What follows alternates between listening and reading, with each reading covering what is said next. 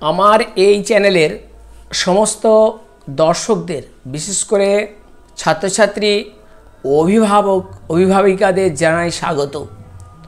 আমরা আজ বর্ধমান বিশ্ববিদ্যালয়ের বিএ মাইনর এর বাংলা বিষয়ের 4th যে সেমিস্টার তার ছন্দ বিষয়ে আজকে আরেকটি ভিডিও প্রকাশ করা হচ্ছে। আগের দুই ভিডিওতে যে সমস্ত বিষয়গুলি দেখানো হয়েছিল তার মধ্যে উল্লেখযোগ্য ছিল মাত্রা গণনা। মাত্রা কাকে বলে?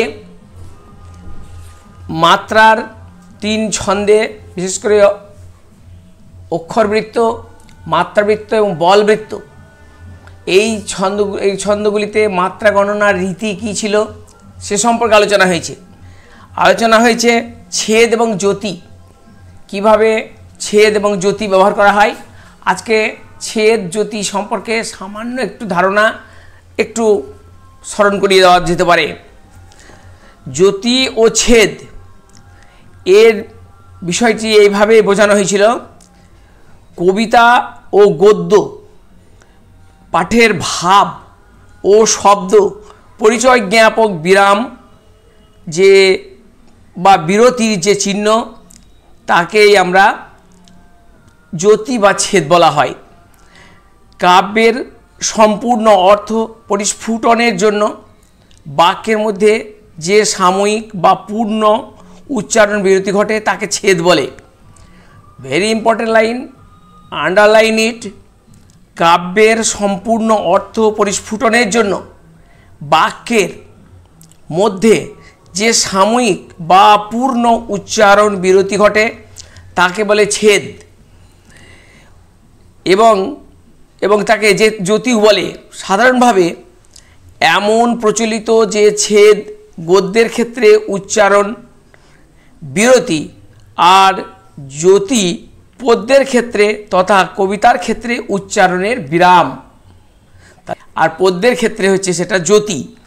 অর্থাৎ এই দুটি আসলে হচ্ছে বিরাম চিহ্ন, অর্থাৎ যেখানে একটা অর্থের পরিপূর্ণতা লাভ করবে আর একটা আমাদের যে শ্বাস যে যন্ত্র বা আমাদের যে বাকযন্ত্র সেখান থেকে যে স্বাভাবিকভাবে যে শ্বাস প্রক্রিয়া চলে তার যে থেমে যাওয়ার যে অংশ তাকেই বোঝানো হয়েছে। এর উদাহরণ হিসেবে এরকম বলা যেতে পারে যে যদি তুমি পড়ো কমা না পড়লে কৃতকার্য হতে পারবে না। এখানে বাক্যের অর্থ সম্পূর্ণতা লাভ করেছে এবং বোধগম্য হয়েছে। কিন্তু যদি এভাবে বলা হতো তুমি যদি পড়ো না কমা পড়লে কৃতকার্য হতে পারবে না, বক্তব্যের বিষয় পূর্বের বাক্য থেকে এটি সম্পূর্ণ আলাদা হয়ে গেছে। অর্থাৎ এই বিরাম চিহ্ন ব্যবহারের উপরেও বাক্যের অর্থ নির্ভর করে। জ্যোতির ক্ষেত্রে বলা যায় চরণের মধ্যে বা শেষে পড়তে পারে, তবে ছন্দজ্যোতির উপরে ছন্দের প্রকৃতি নির্ভর করলেও অর্থের প্রকৃতি নির্ভর করে ছেদের উপর। তাহলে ছেদ হচ্ছে গিয়ে অর্থের উপর নির্ভর করে, আর জ্যোতি নির্ভর করে সেটা হচ্ছে যেখানে, অর্থাৎ বিভিন্ন ছন্দে বিভিন্ন রকমের হতে পারে। অর্থাৎ এভাবেও আমরা বলতে পারি, আমরা সাধারণভাবে চিরকাল বলে এসেছি ইংরেজিতে যাকে বলে ফুল স্টপ, ঠিক, অর্থাৎ সেটা হচ্ছে ভাবের সম্পূর্ণতা। তেমনি বাংলায় আমরা বলতাম আগে পুরনো কবিতার ক্ষেত্রে এক দাঁড়ি বা দু দাঁড়ি, সাধারণত আবার দাঁড়ি চিহ্ন দিয়ে এই কী বলা হয় ছেদকে ব্যবহার করা হয়। এবং এখানে দুটো ছেদ হচ্ছে, তাহলে একটা অর্ধচ্ছেদ একটা পূর্ণচ্ছেদ, বা এর থেকেও ভাগ হতে পারে বিভিন্ন ছন্দের নিয়ম অনুসারে। অন্যদিকে জ্যোতিটি হলো শুধুমাত্র নিঃশ্বাস প্রশ্বাসের যে থেমে যাওয়া তার জন্য যে বিরাম তাকে বলা হচ্ছে। এরপরে আমাদের আজকের যে পর্যায়ের অংশটি হয়েছে সেটি হচ্ছে গিয়ে পংক্তি, চরণ বা পদ। এই পংক্তি, চরণ, পদ এগুলো অর্থ কী, অর্থাৎ পংক্তি কী, চরণ কী, পদ কী। কবিতার ক্ষেত্রে বাক্যের শুরু থেকে সমাপ্তি পর্যন্ত অংশকে বলা হয় চরণ। অর্থাৎ আমরা সাধারণভাবে বলি লাইন, অর্থাৎ অমুক লাইনটি পড়ো, কবিতার অমুক লাইনটি পড়ো, বা অমুক গল্পের অমুক লাইনটি পড়ো, সেই লাইনকেই এখানে বলা হচ্ছে চরণ। বিশেষ করে কবিতার ক্ষেত্রে চরণকেই তার অপর নাম হচ্ছে পদ। আমরা যেটা হচ্ছে কি, আমরা যদিও পদ সংস্কৃত কথা থেকে এসেছে, সেই তখন কিন্তু পদের পদ বলতে সেখানে দুটো করে লাইন দিয়ে একটা করে পদ হতো, বা তাকে আমরা শ্লোকও বলতাম। এখানে আমরা বলবো এটি পদ, এটি শ্লোক নয়। অর্থাৎ প্রতিটি লাইন, কবিতার প্রতিটি লাইনকে বলা হবে পংক্তি বলা যাবে, চরণ বলা যাবে এবং পদ বলা যাবে। এর লক্ষণটা কী, কীভাবে আমরা বুঝবো যে এটি একটি পংক্তি বা লাইন বা চরণ বা পদ? অন্যভাবে বলা যায়, কবিতায় ভাবজ্যোতি বা পূর্ণজ্যোতি দ্বারা নিয়ন্ত্রিত পূর্ণ ধ্বনি প্রবাহকে বলে চরণ। আবার বলছি, নোট ইট, কবিতায় ভাবজ্যোতি বা পূর্ণজ্যোতি দ্বারা নিয়ন্ত্রিত পূর্ণ ধ্বনি প্রবাহকে বলে চরণ। এবার একটি প্রশ্ন আসে, অমূল্যধন মুখোপাধ্যায়ের মতে পংক্তি, চরণ, পদ একে তিনি কি আখ্যা দেন? অমূল্যধন মুখোপাধ্যায়ের মতে পূর্ণজ্যোতির দ্বারা নিয়ন্ত্রিত বাক্যই চরণ। তিনি চরণ কথাটিকে ব্যবহার করেছেন, পূর্ণজ্যোতি দ্বারা নিয়ন্ত্রিত পদকে চরণ বলেছেন। অন্যদিকে প্রবোধচন্দ্র সেন, এই দুজন বিখ্যাত ছন্দের আলোচনা করলেই এই দুই ছান্দসিকের নাম সহজেই আসে। যদিও ছন্দে জাদুকর আমরা বলি সাধারণত বাংলা কবিতার ক্ষেত্রে, সেটা হচ্ছে সত্যেন্দ্রনাথ দত্ত। কিন্তু ছন্দ পরিক্রমা, ছন্দ সম্পর্কে যে বোধ বুদ্ধি এবং ছন্দ সম্পর্কে যে ধ্যান ধারণা দেওয়া হয়, তার সবথেকে অথেন্টিক দুজন ছান্দসিক হলেন এই প্রবোধচন্দ্র সেন এবং অমূল্যধন মুখোপাধ্যায়। এবং পরবর্তীকালে বর্ধমান বিশ্ববিদ্যালয়েরও আমাদের মিহির চৌধুরী কামিল্লা এই ছন্দের উপরে তাঁরও কিন্তু বই আছে এবং গবেষণা গ্রন্থ আছে। তাহলে হলে এই তিনজনের ক্ষেত্রে মনে রাখতে হবে, এবং সর্বোপরি সবার উপরে মনে রাখতে হবে স্বয়ং রবীন্দ্রনাথকে। বাংলা ভাষার ক্ষেত্রে, বাংলা কবিতার ক্ষেত্রে রবীন্দ্রনাথ, অমূল্যধন মুখোপাধ্যায়, প্রবোধচন্দ্র সেন এবং বর্ধমান বিশ্ববিদ্যালয়ের মিহির চৌধুরী কামিল্লা ছাড়াও বিভিন্ন বিশ্ববিদ্যালয়ের কৃতি সব শিক্ষক, বাংলা বিষয়ের শিক্ষক মহাশয়, বিশেষ করে যারা নন্দন তত্ত্ব, অলঙ্কার তত্ত্ব বা আমাদের ছন্দর পরিক্রমা বিষয়ে আলোচনা করেছেন, এমন বহু উদাহরণ আমরা নাম রাখতেই পারি। এখানে তাহলে প্রবোধচন্দ্র সেনের মতে হলো, সেটাকে বলছে আমরা অমূল্যধনের মতে বললাম চরণ, আর প্রবোধচন্দ্র সেনের মতে হচ্ছে পূর্ণজ্যোতির দ্বারা নিয়ন্ত্রিত বাক্যই হচ্ছে পংক্তি। তাহলে এখন শব্দটা কে ব্যবহার করছে? প্রবোধচন্দ্র একরকম ব্যবহার করছে, অমূল্যধন মুখোপাধ্যায় বলেন চরণ, আর প্রবোধচন্দ্র সেনের মতে সেটি হচ্ছে গিয়ে পংক্তি। সুতরাং সেক্ষেত্রে চরণ ও পংক্তিকে সমর্থক বলা যায়, আর পদ বলা হয় অর্ধজ্যোতি বিভাগকে, পূর্ণজ্যোতি আর অর্ধজ্যোতি। তাহলে যেখানে অর্ধজ্যোতি দেওয়া হচ্ছে তাকেই আমরা সেটাকেই কেবল আলাদা করব, সেটিকে বলা হচ্ছে কেবলমাত্র পদ, যেখানে জ্যোতি নির্ভর। আর তাছাড়া পংক্তি এবং চরণ দুটি হচ্ছে সমার্থক। যেমন একটা উদাহরণ দেওয়া যেতে পারে, আমরা এরমভাবে উদাহরণ দিতে পারি, সর্ব অঙ্গে রাম নাম, রথ চারিপাশে, তরণীর ভক্তি দেখে কপিগণ হাসে। এখানে সর্ব অঙ্গে রাম নাম, এটি যদি আমরা মাত্রা গণনা করি তাহলে এটি হচ্ছে 8, 6, 14, 8, 6, 14 মাত্রায় এটি একটি অক্ষরবৃত্ত বা মিশ্র কলাবৃত্ত বা ধীর লয়ের ছন্দের উদাহরণ। এটি হচ্ছে অংশটি নেওয়া হয়েছে কাশিরাম দাসের শ্রীরাম পাঁচালী থেকে। তা সেখানে সর্ব অঙ্গে রাম নাম, এই যে 8টি মাত্রা এখানে আছে, এখানে এসে একটি ছেদ বসলো বা জ্যোতি বসলো, এবং তারপরের অংশটা কি বসলো, রথ চারিপাশে সেখানেও একটি ছেদ বা জ্যোতি বসলো। এবারে এখানে এলো গিয়ে পূর্ণচ্ছেদ, যার লাইনটি বোঝা গেল। পুরো লাইনটির অর্থ প্রকাশ হলো কি, যে সর্ব অঙ্গে রাম নাম রথ চারিপাশে, এখানে পূর্ণচ্ছেদ হলো, আর মাঝে জ্যোতি বসেছে, আবার শেষেও কিন্তু জ্যোতি বসছে। আর দ্বিতীয় লাইন যদি আমরা বলি, তরণীর ভক্তি দেখে কপিগণ হাসে, তাহলে তরণীর ভক্তি দেখে এখানে জ্যোতি, এবং কপিগণ হাসে এখানে ছেদ।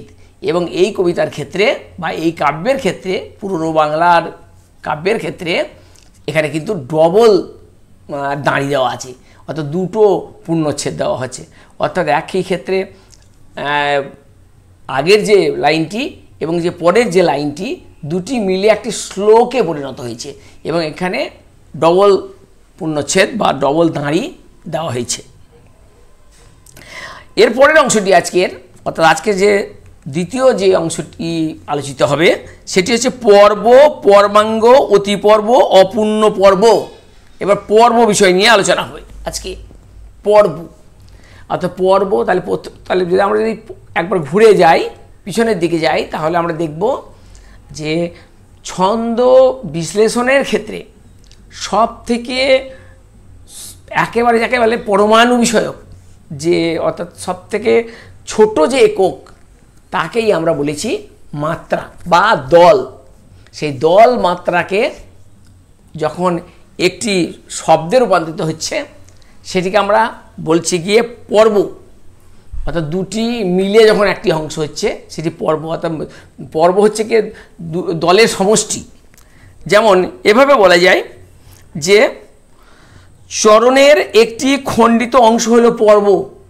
চরণের একটি খণ্ডিত অংশ হলো, অর্থাৎ গোটা লাইনটি হচ্ছে চরণ, বা সেটাকে আমরা বলতে পারি যে চরণের পরিবর্তে আমরা পংক্তি বলতে পারি। তাহলে পংক্তিকে আমরা যখন ভাঙব, তাকে আমরা বলবো পর্ব। যেমন পরোয়া করি না বাঁচি বা না বাঁচি, যুগের হুজুগ কেটে গেলে। এখানে আমরা যদি পর্ব বিভাগ করি, তাহলে এইরকমভাবে পর্ব বিভাগ হবে, পরোয়া করি না বাঁচি বা না বাঁচি, যুগের হুজুগ কেটে গেলে। এগুলো এক একটি পর্ব। অর্থাৎ এখানে হচ্ছে একটা স্ল্যাশ চিহ্ন দিয়ে এগুলিকে বোঝানো হয়। এইভাবে আমরা যদি আগের যে বক্তব্যটা রাখলাম, সেখানেও আমরা করতে পারি এরকমভাবে যে মহাভারতের কথা অমৃত সমান, কাশিরাম দাস কহে শুনে পুণ্যবান। অর্থাৎ এখানেও এইভাবে আমরা যে চরণ, তাকে বিভিন্নভাবে ওখানে দুটি ভাগে ভাগ করা, দুটি পর্বে ভাগ করা হলো। কিন্তু এখানে নজরুল ইসলামের এই আমার কৈফিয়ত কবিতায় এখানে কিন্তু 4টি পর্বে ভাগ হলো। আবার একবার বলছি, পরোয়া করি না একটি পর্ব, স্ল্যাশ দেওয়া হলো, বাঁচি বা না বাঁচি, ফের স্ল্যাশ দেওয়া হলো, যুগের হুজুগ স্ল্যাশ দেওয়া হলো, আবার হচ্ছে কেটে গেল। এখানে 4টে পর্ব আছে। লক্ষ্য করতে হবে যে কোনো একটা ছন্দে দেখা যাচ্ছে যে 2টো পর্ব, আর একটা ছন্দে হচ্ছে 4টে পর্ব। এখানেও কিন্তু একটু ধরে নেওয়ার ব্যাপার রয়েছে যে মিশ্র কলাবৃত্ত বা অক্ষরবৃত্ত ছন্দের এইটি হচ্ছে একটা রীতি, যে সেখানে মাত্র 2টি পর্ব থাকে, প্রায় 2টি পূর্ণ পর্ব বলা যায়। যেমন 8 আর 6, 8 আর 6কে পূর্ণ পর্ব বলা যায়। কিন্তু যদিও সম্পূর্ণ পর্ব বলা যায় না, একেবারে মিল নেই, তাহলে 8 মাত্রা আর 6 মাত্রা, বা 8 দল বা 6 দল। এদিকে নজরুলের ক্ষেত্রে কি হলো, এটি হচ্ছে গিয়ে এটি মাত্রাবৃত্ত ছন্দ, এবং মাত্রাবৃত্ত ছন্দ হওয়ার জন্য এর তো নানা রকমের হতে পারে। এখানে 5টি দল, 5টি মাত্রা হতে পারে, 6টি হতে পারে, 7টি হতে পারে, 8টি পর্যন্ত হতে পারে। এখানে নানা রকম, এটার বৈচিত্র্য আছে, মাত্রাবৃত্ত ছন্দের বৈচিত্র্য আছে। যেমন রবীন্দ্রনাথ এই মাত্রাবৃত্ত ছন্দের একবারে কারিগর বলতে গেলে। যেমন রবীন্দ্রনাথের সমস্ত যে কবিতাগুলো রয়েছে, যেমন সেই কুমোরপাড়ার যে গরুর গাড়ি, সেখানেও দেখা যাবে ওই রকম কুমোর পাড়ার গরুর গাড়ি বোঝাই করা, কলসি হাঁড়ি গাড়ি চালায়, বংশী বদন সঙ্গে যে যায় ভাগ্নে মদন। বা আমরা বলি যে আষাঢ়ে বাদল নামে নদী ভর ভর, মাতৃয়া ছুটিয়া চলে ধারা খরতর।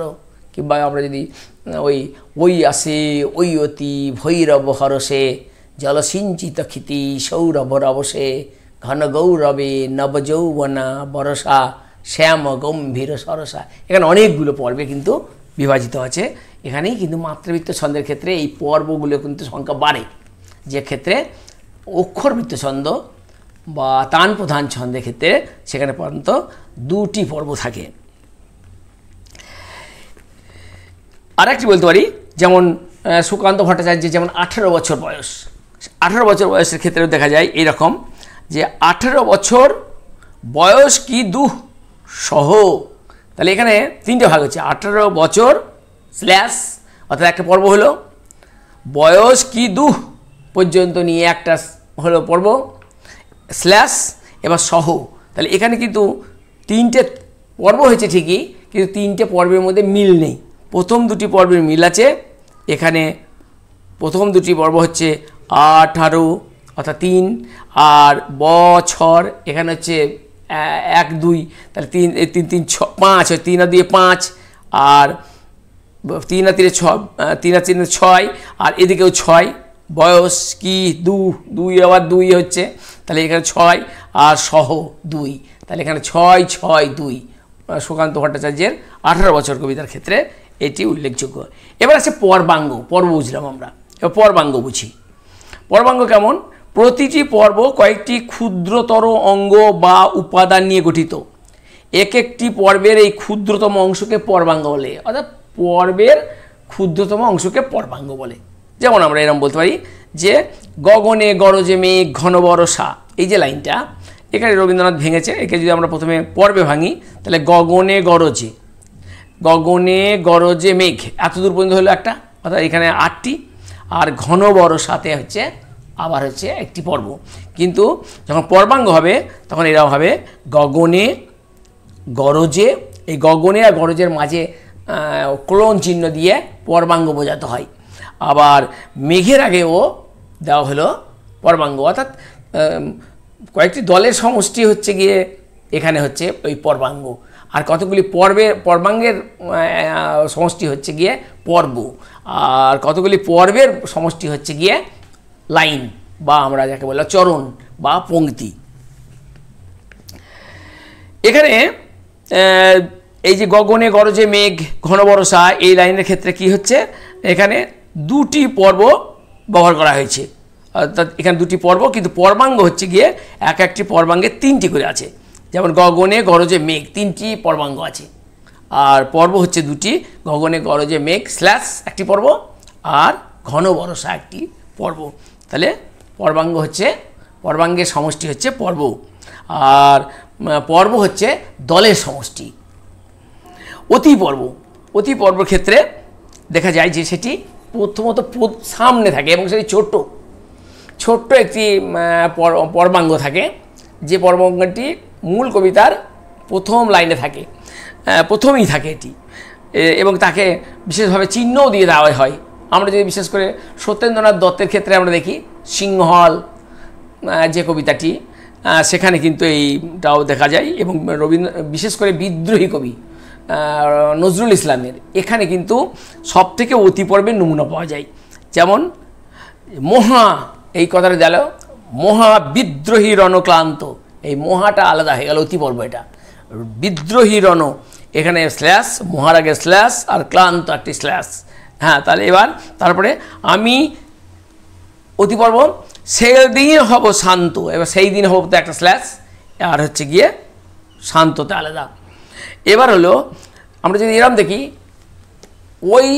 ওই সিন্দুর টিপ সিংহল দ্বীপ, তাহলে ওইটা হচ্ছে অতিপর্ব, ওই সিন্দুর টিপ সিংহল দ্বীপ। তাহলে এইখানে ওই কথাটি হচ্ছে সবথেকে, ওই যে দলটি অর্থাৎ সেটি হচ্ছে গিয়ে পর্বের আগে থাকছে এবং একে অতিপর্ব বলে। তাহলে অতিপর্ব, পর্ব এবং পর্বাঙ্গ, এই তিনটি বিষয়ে আলোচনা হলো। এবার আর একটি বিষয়ে আলোচনা করতে হবে আজকের, সেটি হলো গিয়ে অপূর্ণ যে পদ বা অপূর্ণ পর্ব, অর্থাৎ যে পর্বগুলি অতিপর্ব বাদ দিয়ে এবং মূল যে পর্বগুলো থাকলো সেখানে 3টি 4টি 2টি যেমনই পর্ব থাকুক না কেন, সেই পর্বের মধ্যে যে মাত্রা গণনা, সেই মাত্রা গণনার ক্ষেত্রে দেখা যায় শেষের পর্বটি অনেক সময়ই মূল পর্বের থেকে দলের সংখ্যা কম বা মাত্রা সংখ্যা কম থাকে, তাকেই বলা হচ্ছে গিয়ে অপূর্ণপদী। যেমন ভূতের মতন চেহারা যেমন নির্বোধ অতি ঘোর, এই যে রবীন্দ্রনাথের বিখ্যাত কবিতা, কথা কাহিনীর বিখ্যাত কবিতা, সেই এই কবিতায় পুরাতন ভৃত্য, এই পুরাতন ভৃত্যের এই কবিতাটির প্রথম লাইন এটি, বহু পঠিত এই কবিতা। তা সেখানে সেই ভূতের মতন, এখানে একটা স্ল্যাশ হলো, অর্থাৎ একটা পর্ব হলো। চেহারা যেমন, এখানেও একটা স্ল্যাশ হলো। নির্বোধ অতি, এখানেও একটা স্ল্যাশ হলো। ঘোর একটা আলাদা। তাহলে এখানে 6টি করে মাত্রা আছে এবং 3টি, মোট 4টি পর্ব, তার মধ্যে অতি পর্ব নেই কিন্তু অপূর্ণ পর্ব আছে, কিন্তু শেষেরটি হচ্ছে 2 মাত্রা। তাহলে 6, 6, 2, এই যে মাত্রা গণনা, অর্থাৎ সাধারণত অতি পর্ব থাকছে তাহলে বলবো মূল পর্বগুলির আগে, আর অপূর্ণ পর্ব থাকবে মূল যে পর্বগুলো তার শেষে। এখানেই অর্থাৎ এই দুটোর মধ্যে কী থাকছে না, মূল পর্বগুলির মধ্যে যে মিল, অর্থাৎ যে মাত্রা গণনার যে মিল বা সংখ্যা তার থেকে কম, বেশি থাকবে না, সবসময় কম থাকে এটা।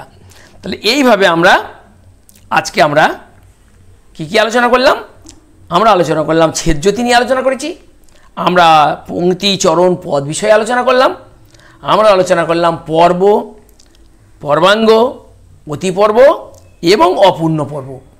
এই বিষয়গুলো সম্পূর্ণ হওয়ার পর যে বিষয়টি আমাদের আলোচিত হওয়া উচিত সেটি হচ্ছে গিয়ে, এরপরের দিন আমরা শুরু করব, সেটি হচ্ছে গিয়ে লয়।